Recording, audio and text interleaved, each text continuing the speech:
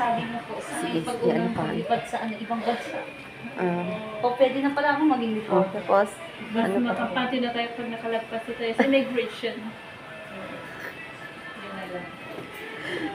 Yun na lang na, saan ka punta? Ano ba? Nung first time Okay. na nung first time Ah, na ito yung reporter siya. Immigration, ano sa immigration? kinakabahan ako na hindi ko malaman kung anong gagawin ko. Nandun ako sa immigration, di ba nakuha yung mga papel. Ang dami-daming tinatanong, picture pa dito. Oh, picture pa dyan. dito. Artista ka kasi. Ganun talaga.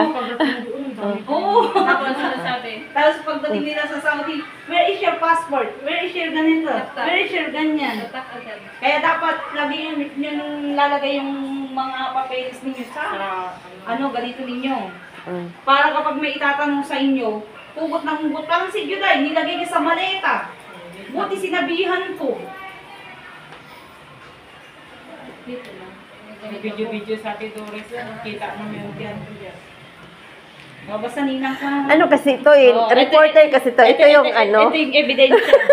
Oh, guys, May reporter eh. Ano ko lang, para alam ko ano yung ano niya. Tinatanong. Dalawang nanay ko. Yung dalawang nagmamahal sa'yo. Char. Ate mo, nanay. Ate tsaka nanay lang. Ate